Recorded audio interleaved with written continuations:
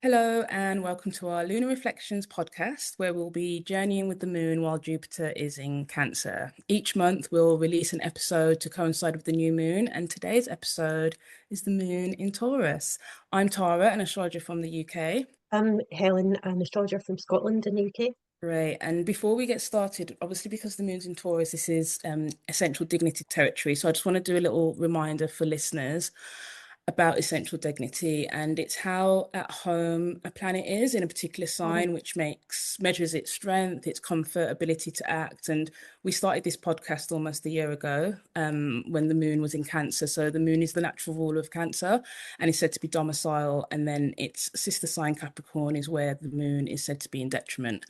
And today we're talking about the new moon in Taurus, and the moon is said to be exalted here and then in fall in its opposing sign in Scorpio. And I think by exploring these signs, these ones in particular, I think it gives us real insight into what the moon is really about when we start digging deeper. And we've been really fortunate to have guest astrologers for each of the essential dignities. And today we're finishing off with two amazing guest astrologers, Jess and Marissa. I'm so excited to have you both. Would you like to introduce yourself? Marissa, do you want to go first? Sure, yeah. I'm a consulting astrologer of 6 years and a professionally trained dancer. I would also consider myself a writer, and I am a developing psychic medium. So that is my current path that I'm on. So, yeah, my consults now kind of blend between astrology and tapping in psychically. It's just the way that things have evolved for me. It's pretty cool. Love that. That's really cool. And Jess? Yeah, my name is Jess. I'm a Spicy Gemini astrology and Spicy Gemini memes. I'm a consulting astrologer of about 7.5, almost 8 years. August is 8 years. And I am also a research scientist. My background is in experimental psychology. And yeah, I'm a Gemini sun, Taurus moon, and a Libra rising. Great. No, really happy to have you both on. Super excited to hear your different perspectives. But before we look at your natal chart, we're going to talk about the new moon that's coming up on the 16th of May. And I just wanted to kind of highlight this is the first one that doesn't involve a huge stellium.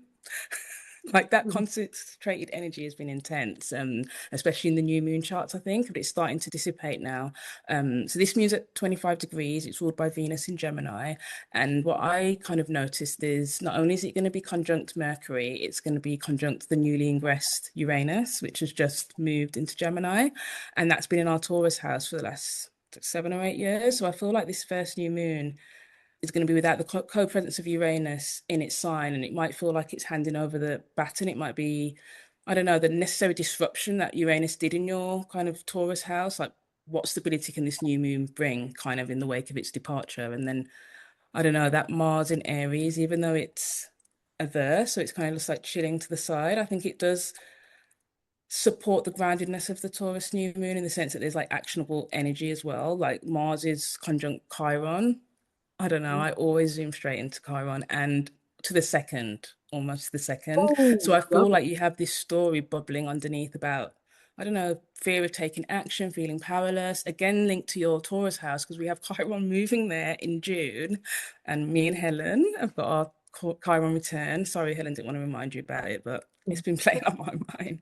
So yeah, this new moon feels quite special because then we're going to have this co-presence with Chiron. I don't know. That was all my kind of downloads about the new moon. I looked at it earlier. Helen, I don't know what you've noticed when you saw it. That Chiron Mars conjunction, it really stood out to me as well, and sextiling Venus as well. So one of the things that jumped out to me, and this is maybe peripheral to the moon itself, but the new moon's conjunct Mercury, as you said, and Mercury is on the midpoint of Mars and Venus. So I feel like there's Mm, a lot of kind of relational themes maybe coming through. And certainly in the UK, we've got this new moon is right on the descendant as well. So there's almost a mix of symbolism there. There's that kind of like endings mixed in with the beginnings. So I mm, didn't quite know what to make of that. But yeah, there's something there about because Venus ruling the lunation is sitting in Gemini. Um, Again, with Mercury sitting on the midpoint between Mars and Venus, there would be a kind of modern sense mutual reception between Mercury and Venus, not in the Hellenistic sense because they're not aspecting each other, but they're in each other's domiciled signs. So what was speaking to me was around communication about relationships and the Chiron element as well, thinking about kind of we could act from our wounds if we're not careful, because this is almost like the last sting of that heavy Aries stuff that's been going on for all of us in the Aries section of our charts. And I think one of the other things that jumped out to me was also Jupiter in Cancer sextiling the new moon. If you can give it a 4, just over a 4-degree orb, which I know not everyone would for a sextile, but it feels kind of close enough to me. And we've had, I think it was the last lunation where Jupiter was kind of out of it for a change, but generally Jupiter's been aspecting the new moons for most of the time. It's been on Cancer, which is quite notable as well. And what do you guys make of it, Jess and Marissa? So the moon is in the decan associated with Saturn, right? The third decan of Taurus. 25 degrees, yeah. And so, yeah, I'm just also kind of feeling a little bit of this shift of energy where it almost feels like the tumultuous experience of Uranus in the sign of Taurus is now cementing into here's the new reality. Here's what we're dealing with now. And I do agree with what you said, Tara, about the baton pass. That feels very salient. And I think that with Saturn in the sign of Aries, there's also this sort of additional component of movement and momentum, such that even though there is the solidification, it's not what once was. There's this sense of starting anew or moving in the direction that Uranus and Taurus has pushed us toward. And this is sort of the demarcation of like, and go. That's kind of what I'm seeing. Also, Helen, I appreciate you mentioning the sextile because I'm like, okay, it's separating, but that is absolutely part of this narrative. And I like to see it as a supportive signature. The last piece that I want to mention is obviously it's very, very wide, particularly for sextiles, but that Saturn in Aries is forming a very wide sextile to Pluto as well as Uranus. Uranus applying, well, just kidding. Saturn's a faster planet. Anyway, digressing. But that segment as well kind of feels more nourishing, even if there is that signature of having to almost reorient yourself to the new energy that's at play, which I feel is very much Mars conjoining Chiron of like, whoa, where are we now? What are we doing? But it's like, get after it. Let's go. This is a new chapter. Marissa, what do you think? I agree with everything that everyone said here. Yeah, I mean, just being in the last degrees of a sign, there's the maturity there. And the fact that Uranus just left, like, I always was thinking about you're going to feel the difference in the house that Uranus just left, you know? So I feel like this is truly the beginning of, okay, this is the new that we're experiencing. This really is a new beginning in our Taurus house, especially because Uranus has been hanging out in the last degrees of Taurus for the past, what, like forever. It feels like forever to me. I remember texting you, Jess, and just being like, how long has Uranus been at 28 degrees? Like, when is it going to leave 27, 28 degrees, you know? So the fact that this new moon is happening and so close to that, yeah, I definitely think that this is like a profound new beginning in our Taurus house specifically. Yeah, it's a really interesting chart, and I've really appreciated what everyone's brought. And actually, you re-emphasizing the fact that it's stuck at 28 degrees has made me remember that my Uranus is at 26 degrees at Scorpio. So this has been my Uranus opposition. Oh my I'm goodness. like done. Like I've Yeah. been counting down to the 26th of April. So Well, you know, yeah, there's a lot. and also it was for me, my ascendant is 26 Leo. So it's been squaring my ascendant this entire time. Yeah. My Mars. And My once Mars, it was again, just none of my business. what with your Mars? What? It was squaring my Mars and it was just none of my business. That was a transit where I was like, nope, Yeah, whatever not gonna get happens, involved. happens. It's none of my business. Yeah. Yeah. But it You makes do have sense. to I've been do that having with all some this, like, who am transits. I? Who am I conversations. And I love that take, that it's a useful reminder to me actually that the first lunation after an outer planet leaves a sign is also a new beginning, not just in the sign that it's moved into, but in the sign that it's just left, where it's you know, that end of 7 years of all of that, whatever that was for us. And so there's multiple new beginnings, and I think that's it. Given that they're conjunct by orb as well, if not by sign, I think that's really food for thought, actually. And think for anyone listening to think about the Taurus and Gemini sections of their chart being picked up there. So I think that's really valuable for thinking about this new moon in Taurus, which is what's kind of brought us together. But the reason we've asked you both on today is, of course, because you've both got natal Taurus moons, and we want to kind of understand a bit about what your lived experience has been of that natal moon. Yeah. What's it like to be God's favorite, Jess? I wasn't going to say it. Someone had to. Marissa, you get it going because I have a lot of mine's in the 8th house, so let's start there. And I know you have an angular, right?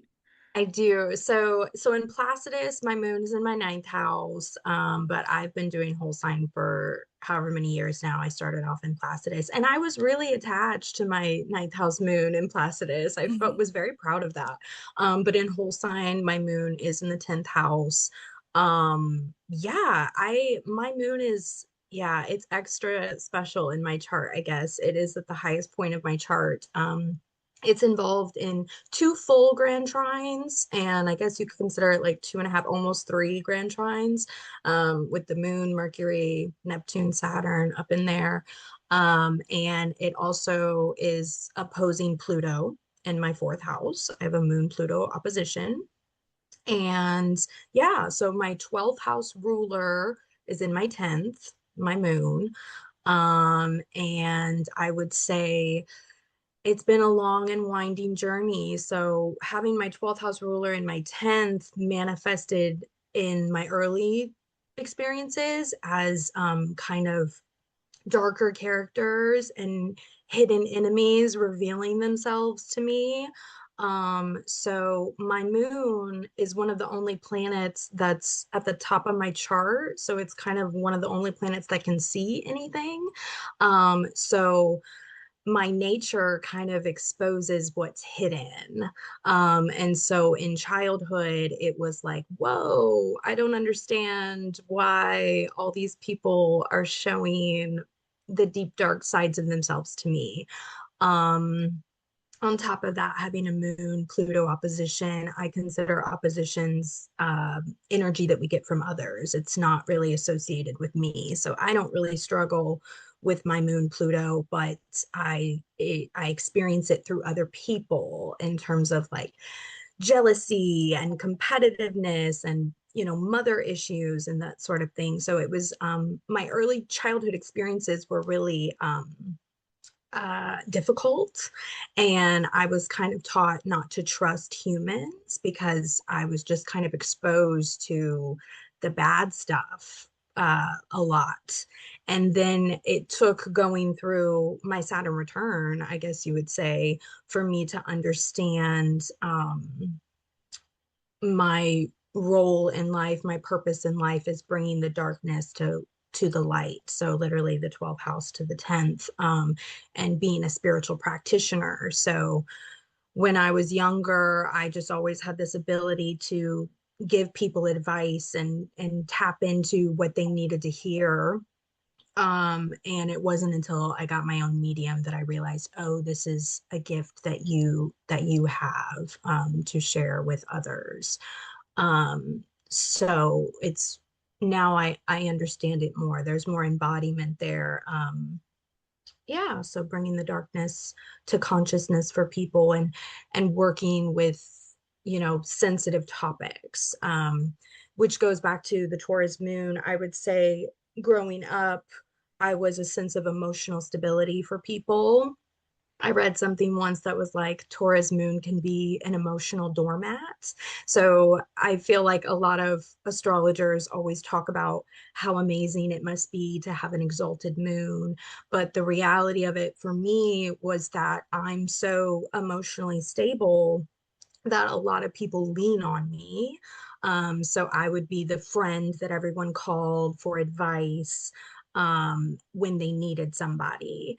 And because I'm considered so strong and wise, if I needed somebody, maybe they wouldn't be there, or you can be left feeling, especially when you're younger, like a teenager, you can be left feeling like, oh, people are just using me when they're going through a breakup or a hard time, and there's nothing left for me afterwards. Like, what am I to do with that? So yeah, it was a lot of me. I would say the lessons that I've had to learn being a Taurus moon is boundaries, and taking up space for myself, and not always being that person. I was just actually having a conversation with one of my close friends slash clients, and she is a new moon in Taurus, and she was just talking about how she's always holding it together for everybody, and when she falls apart, everybody else loses their shit. And it was like, because you're like, wait, you're the stable one. And that's how it feels in my family and things like that. Like, if I were to have a breakdown, it's like, whoa, what? You're the one who always keeps it cool, calm, and collected.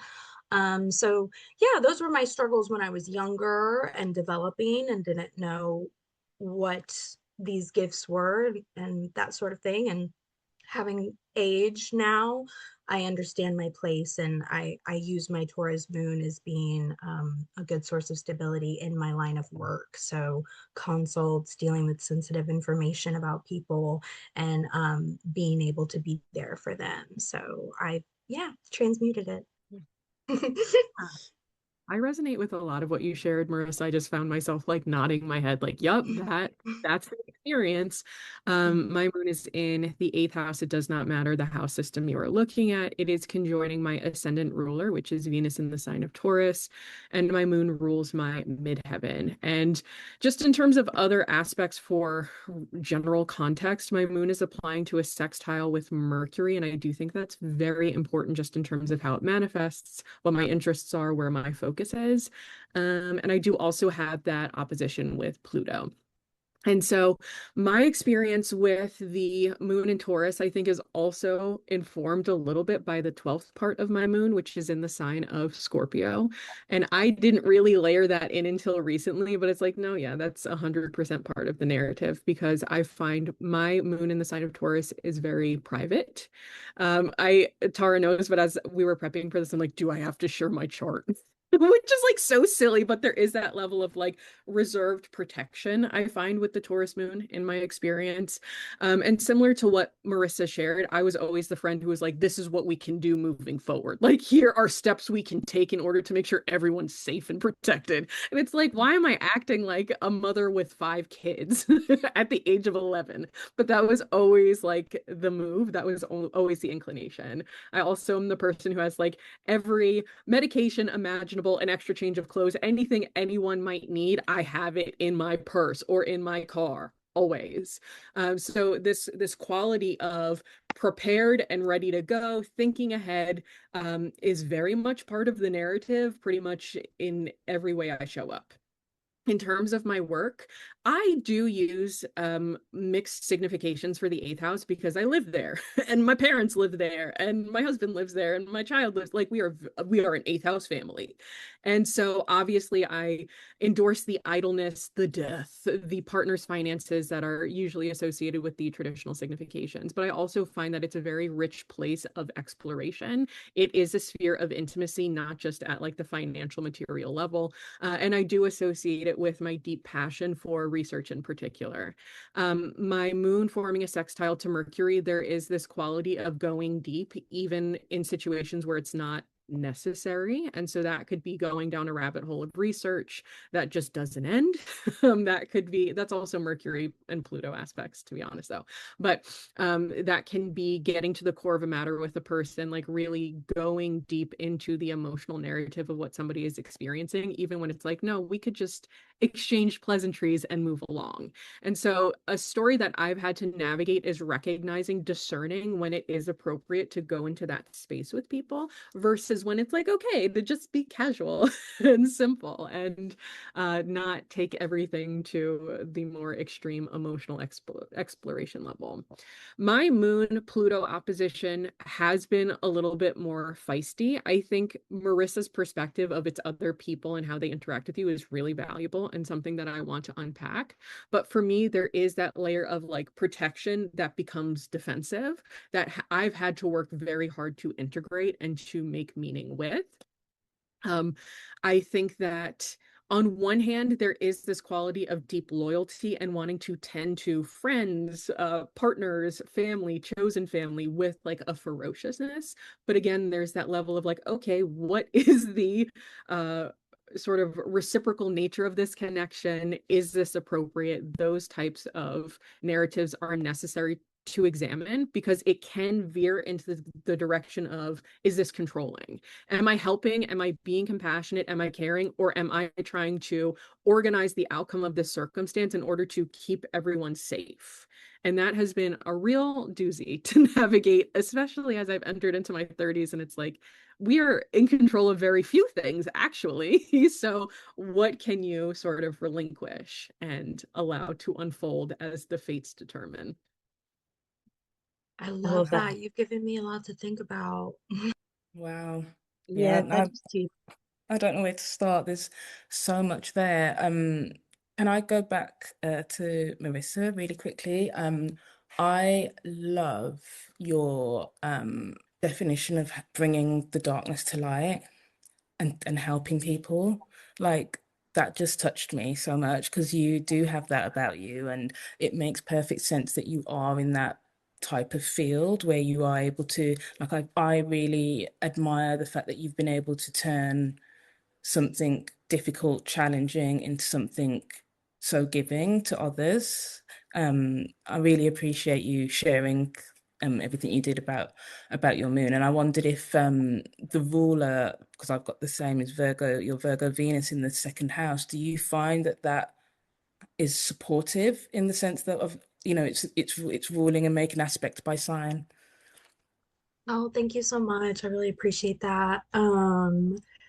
Yeah, I would say, well, my chart is really interesting, but yeah, the Virgo Venus is ruled by my retrograde exalted Mercury, which is Mhm. combust and under the beams of the sun. So basically, my whole chart is about me knowing hidden information. And Mhm. so yeah, so and I relate to what Jess said when she was talking about knowing when to go deep. It's like I just always end up going there, you know. It's just my nature to end up talking about these concepts that not everybody speaks about on a day-to-day basis. And so I love that Jess and I are truly embodying our charts by being that source of support for people Mhm. and going to those places because it's where we thrive and it's where we like Mhm. to be. So it makes sense where our line of work is. But yeah, having my specifically my retrograde Mercury combustion under the beams being pretty Mhm. much the final depositor of my whole chart, except for Saturn, is all about yeah, that's connection to what's beneath the surface. So Mhm. I've always mentioned like I'm not a person that sees things at like face value. Like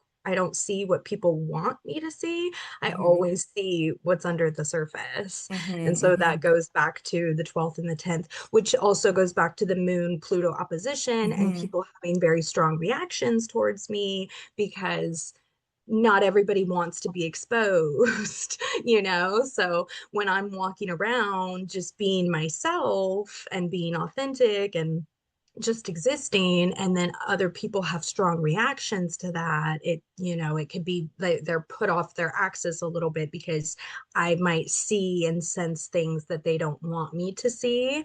Mhm. And so that's why, you know, unfortunately, I had to learn to be very protective of myself and understand that you know, my gift is used for people that want to come to me and want help. And yeah. Yeah, I love that. You've got to protect your energy. You've got to protect yourself. So, especially when you're open to that, picking up of everything, like self-protection is so important. Can I ask a question of Marissa? Do you find that in terms of carrying the emotional piece, you also find that you carry just about everything else? Like the default is, I'll figure it out, I'll handle it. Because that has very much been my experience of like, no, it's okay. Like, I don't worry, don't even, that's like a love language for me, is like, I will take care of it. Absolutely. Absolutely. And I think, you know, I had a moment. I was actually having to take care of some family members last week, and I had a meltdown. I had a breakdown on the Moon Jupiter conjunction in Cancer, squaring Mercury and Mars and all that. And yeah, it was a lot. Was. That lunar transit really hit me hard. And it was Mm. like, this is the wrong time to have a breakdown right now because I'm supposed to be taking care of everybody, literally. Um, and I was just like dead to the world. Um, and it made me have a lot of thoughts about my independence and how independent I am and resourceful and always like I got it, I can handle it. And it's like, okay, but who's going to handle me? Oh, this is going to make me emotional. But yeah, it's like who's going to take care of me? Yep. That's exactly it. And one of my motivations from a very young age, from the age of 16, I told myself that I wanted to be able to fully provide for my family, like children, any offspring, extended family, before I had a family. Like that was my goal from the time I was a teenager. There was no reason for that. But the sense of needing to provide, needing to be the sturdy base is implicit. And I think that generally there's this sense of like, ooh, the luxury, the security of the Taurus moon, which is great and fine and good, but like there is often a cognitive, emotional, or experiential drive that is informing the need for safety, stability, and comfort. And it's so Someone just interesting. told me last night, they were just like, you take everyone under your wing. And I was like, I didn't even know that I do that. Like, I just naturally nurture people, like whoever is near me. And if they're experiencing a wound or an insecurity, I am naturally like having this maternal experience with them and like trying to give them support in any way that I can, verbal. And it's just like my natural default mode is to protect and nurture other people. It reminds me, thinking back to the beginning, with the podcast, we thought quite deeply about the moon's significations. And in any astrology, when we're talking about the moon, the psychological dimension is relevant. That it's not only how we were nurtured or how we want to be nurtured, it's also how we nurture other people. And they're like two sides of the same coin. Hearing the moon Pluto coming through, really bringing out, I think, the Taurus Scorpio axis, and oppositions are always going to bring out what you're always going to meet them in the world somehow, whether that's your own stuff projected onto others or other stuff projected onto you.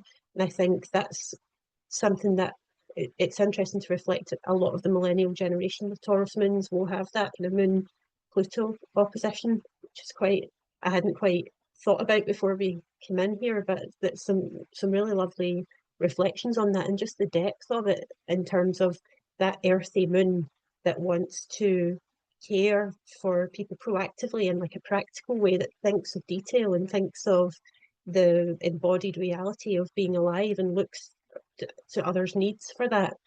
When you combine that with the Pluto opposition and you're picking up the deepest emotional wounds and traumatic experiences of others a lot of the time, and that's quite a lot to carry. And I suppose I wonder, is there a sort of life lesson in there in terms of self-care? I mean, with an aspect like that, do you get better at it as you get older? Because it's not something we teach children, or it didn't used to be. Maybe it is now. I I don't think that it's anything that has made me bitter. Everyone here knows me to some extent, and you've kind of seen the finding out component of carrying everything. And so until Uranus hit my moon, I was like, I can do all of the things, and I did do all of the things. And I thought I was doing it well. But around the exact time Uranus conjoined my moon, I gave birth. The North Node was also conjoining my moon. And that was the time when everything got sort of thrown topsy-turvy. Specifically, postpartum was very challenging for me with some of the chronic health things that I had. I always thought it's okay, I can keep going and I'll get to a point where it will stabilize and then I can get back to it. But the lesson of Uranus conjoining my moon was, first of all, you don't have to carry everything. And second, you can't. So what will you do otherwise? Like, what alternatives exist for you to connect with here? And I think that that is a hard lesson to learn because there is a lot of pride I find in being able to do a lot of things, to be able to provide, to be able to connect, to be of service to other people. That is really, really core to how I am motivated. But if it's not sustainable, then what good will it be? In a general sense. And I think that's also part of my moon Pluto opposition, where with Pluto, there's almost like a slow and almost intangible drain that's just zapping the life if there isn't a regulated sense of affirming boundaries, of asserting limitations where appropriate, even if it's just with myself and how I'm moving through the world. And so I think moderation is really key with the Taurus moon. And I think that generally when I see, talks of moderation with the Taurus moon, it's like, don't overindulge. But there's also the practical earth quality of like, just not doing too much. Like, don't take things so seriously. Give yourself a break so that you can show up. You can carry other people's experiences within reason, within considerable limitations and boundaries. This is also coming from a Libra rising, so you have to keep that in mind. But that's kind of how I've worked with it. Marissa, do you have any thoughts? No, I agree with everything that you've said. I was just think you said Uranus on your moon, and it made me think about like what was happening when Uranus was on my moon, and that was the exact Saturn Uranus square of 2021 that happened, 3 hits, yeah, in my seventh and my 10th, and that's when my life blew up. And it was crazy because my mother died and all these things happened to me, and that's when I got cracked open. And everyone I met that year was connected to fate and all these, and it made me, the veil is just so thin when you experience death. And that was how I discovered my psychic abilities that year. And so that's so interesting how that all comes back into play. Like the moon being the apex of my chart, and the 12th house, all of that. It's, yeah, wow, that's very fascinating Wow. to think about. I don't know why I never thought about that.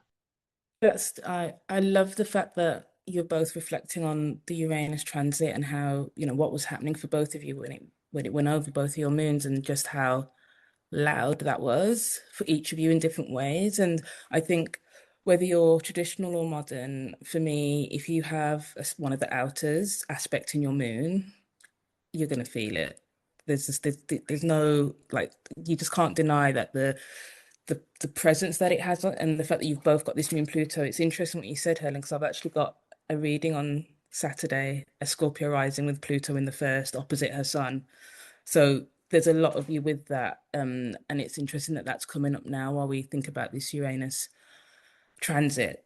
I've really enjoyed listening to both of you about your natal moons, and we will move on a little bit to some stereotypes or misconceptions, because you've already spoken about a few there.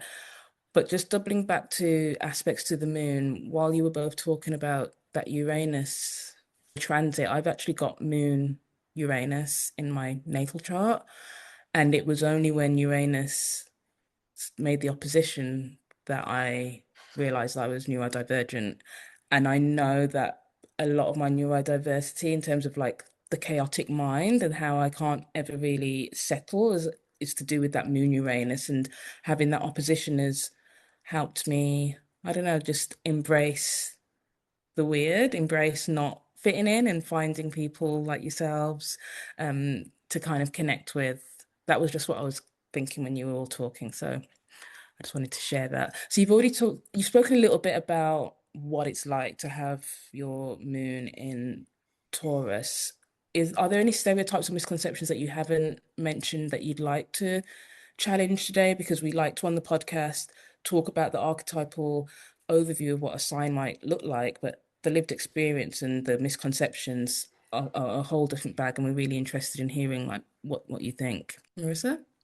I always make jokes. I've told this joke to y'all before. I think that I always say that I can date any moon sign because I'm so emotionally stable within myself. That's not something I require from other people. So I find that aspect interesting. Hmm. Some people, if they have a difficult moon placement, that might be super important for them to receive some kind of emotional support and it is to everybody, but yeah, I just know I'm very stable within myself, so it's like, oh, if I were to date someone else, that's maybe not something I require as much, because I am the emotional stability basically. Hmm. That's how it Hmm. feels. I think that there is a stereotype associated with the Taurus moon that it's like a luxury baby of like just enjoying every part of life. And I know that that may be contingent on the decan, but I am a second decan Taurus moon person. It's not it's not like that. And again, obviously it's going to be different person to person. It depends on the whole chart. But I attribute a lot of my success to active effort. And I do think in my personal context, it's again in my eighth house. So I do have support. I have had support historically. But in order to see things through, it has been me coming back to the promises that I've made, the commitments that I've made, particularly with finishing my PhD, particularly with trying to juggle all of the moving pieces and like getting to the deadlines for my day job, for my work with consulting as an astrologer. It is very much me sustaining and maintaining some type of tempo that does yield wonderful things. Like it does bring a lot of comfort, but at least personally, I don't think it would exist without consistent, persistent forward momentum. And another stereotype of the Taurus moon is like slow and stubborn. I also don't agree with that, but I'm mercurial. I think if it's a super Taurus heavy or a super fixed sign heavy chart, maybe a little bit different, perhaps aligned with the stereotype. But I think that the stubbornness comes from having been there, done that, and looked at most of the possible perspectives and figuring that this is probably the best path forward and leaning into that.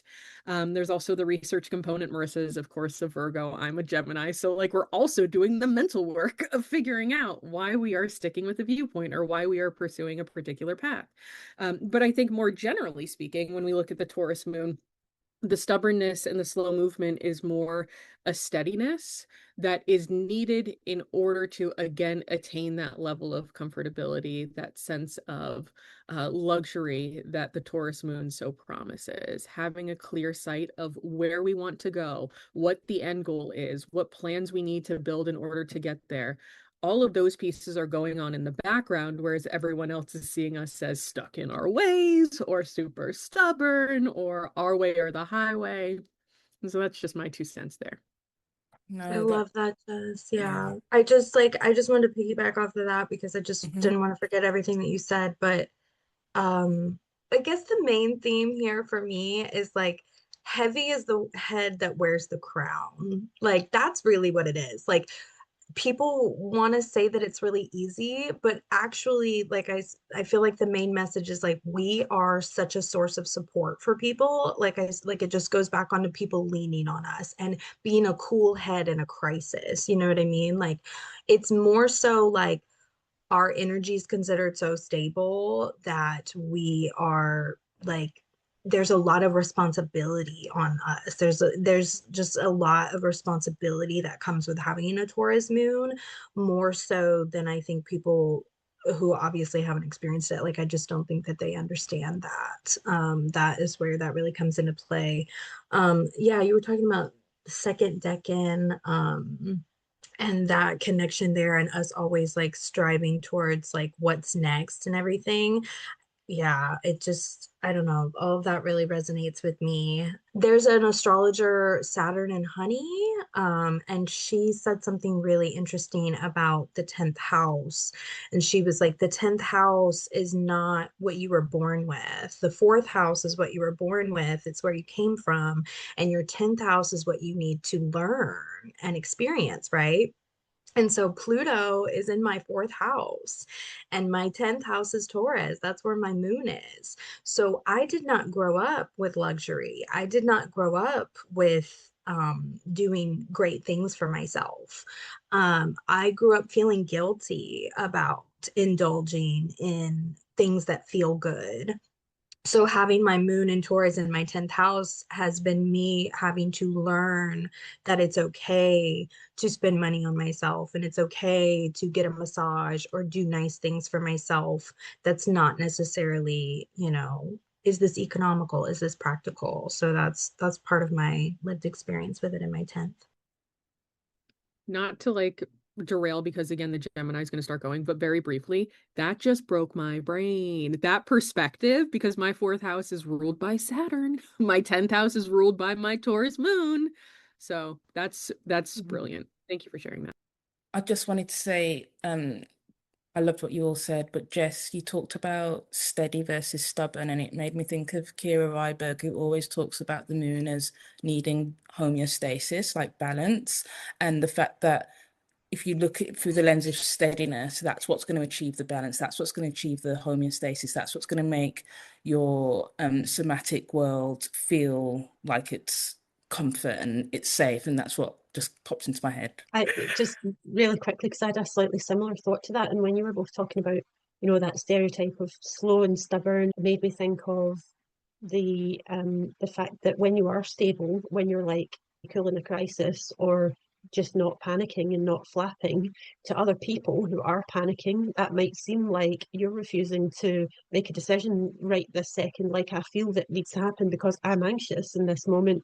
So it can be quite relative and comparative in terms of how people might perceive a trait versus what it really is, because sometimes it does call for actually a practical and stable way of looking at things. Sometimes is, let's gather more information, let's reflect, let's sleep on it. And so, and I've got a couple of colleagues who sometimes have that kind of, they will not be pushed to do something quicker than they want to, and that could be perceived as stubborn, but I actually really respect it. I actually really think it's useful to have someone in the room who has that trait. So I think that stereotype is quite thoroughly debunked now. Yes, So, that's what we like. and just to move on, I think second to last question that we wanted to ask was around whether you both have done any kind of remediation or talisman work, specifically in the lunar kind of area. I do have a talisman that I purchased. I make my own, but this is one that I purchased. Have I used it? No. And my thought is my moon is in decent shape, not by house. And I'm also a day chart. And so, do I want to do remedial work with this moon? Is it necessary? Those are the questions that I've been weighing. And I take any type of talisman work very seriously, especially if I did not create the talisman. And so, do I have a talisman? Yes. Have I worked with it extensively? No. I will say that the lunar remediation that I do is unintentionally extensive, similar to the work that I do with Chiron, which is not on purpose, and it just is. And so what I do is on a semi-regular basis, I will follow the moon, and whatever the moon is activating, I will spend time with it, especially when it conjoins, the transiting moon conjoins my Chiron, but I'll also examine the house that it is activating.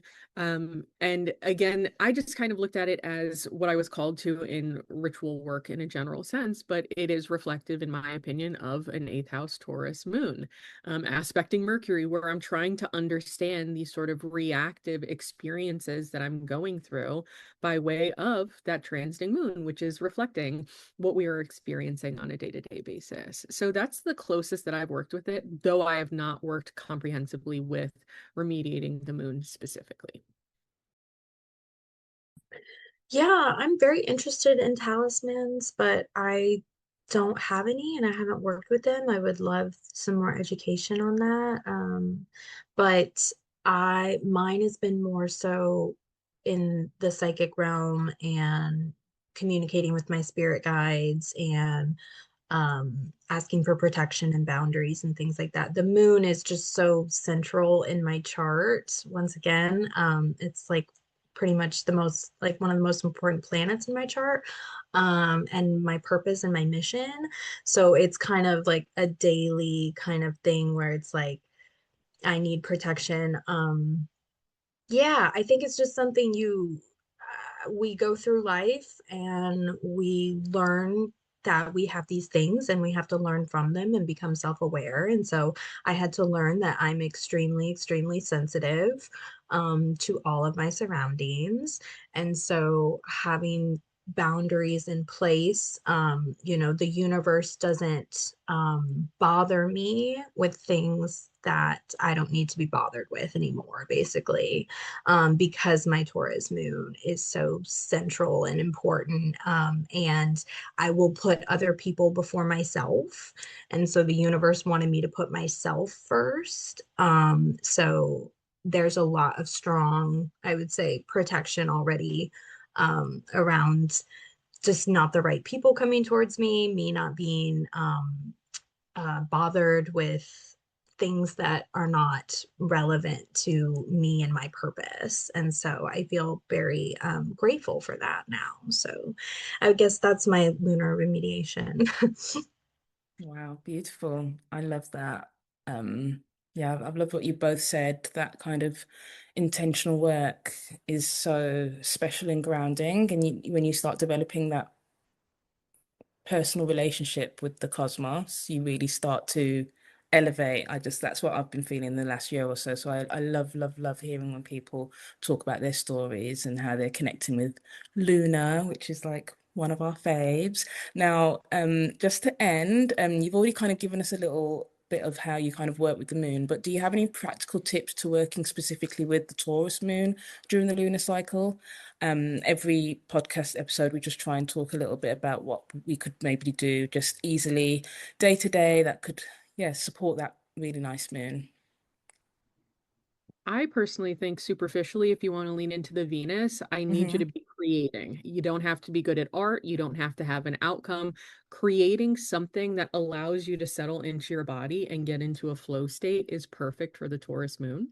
I think that if we want to go beyond the Venus and we want to look at the fixed sign Earth energy, practical planning goes a long way, updating your calendar, looking at the week ahead and where you can build in breaks, moments for rest, moments for leisure.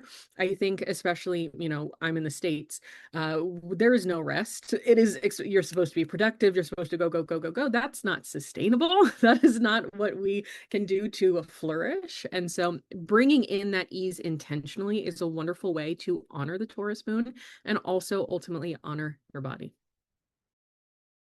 I Love that. 100% agree with all of that. And yeah, I just hosted my first full moon message service and it was amazing and it was on the Libra full moon and I got so many downloads. Venus was in Taurus and it was all about receiving. So it's just like all about knowing how to receive. So it's like where can I receive something? Like how can I be more receptive to receiving love, whatever it is that you want. And then also tuning into the body, that is like really huge with Venus.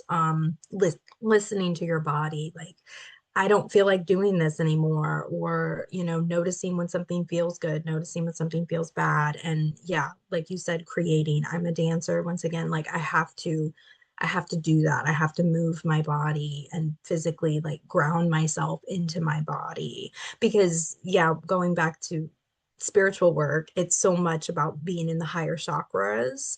And so we can get very disconnected from our physical body. And so that Taurus moon really brings us back to earth, and noticing your breath, noticing your movements, and yeah, really grounding into yourself.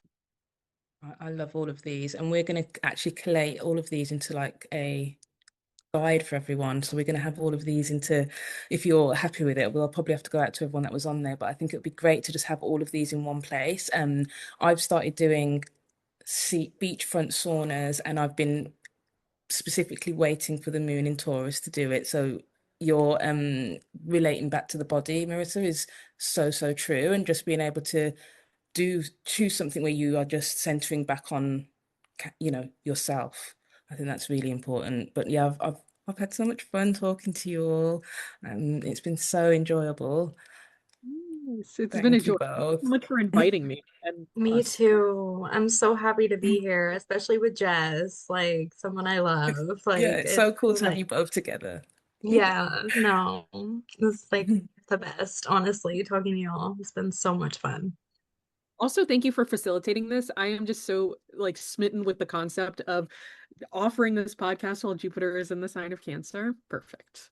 Oh, Literally, yeah, thank this has you, been thank you. It's been amazing. so nice to journey with the moon alongside it. And I was just saying to Helen, we have to wrap up soon and talk about what that year's looked like. But honestly, I think Jupiter in Cancer has just been the balm that we've needed.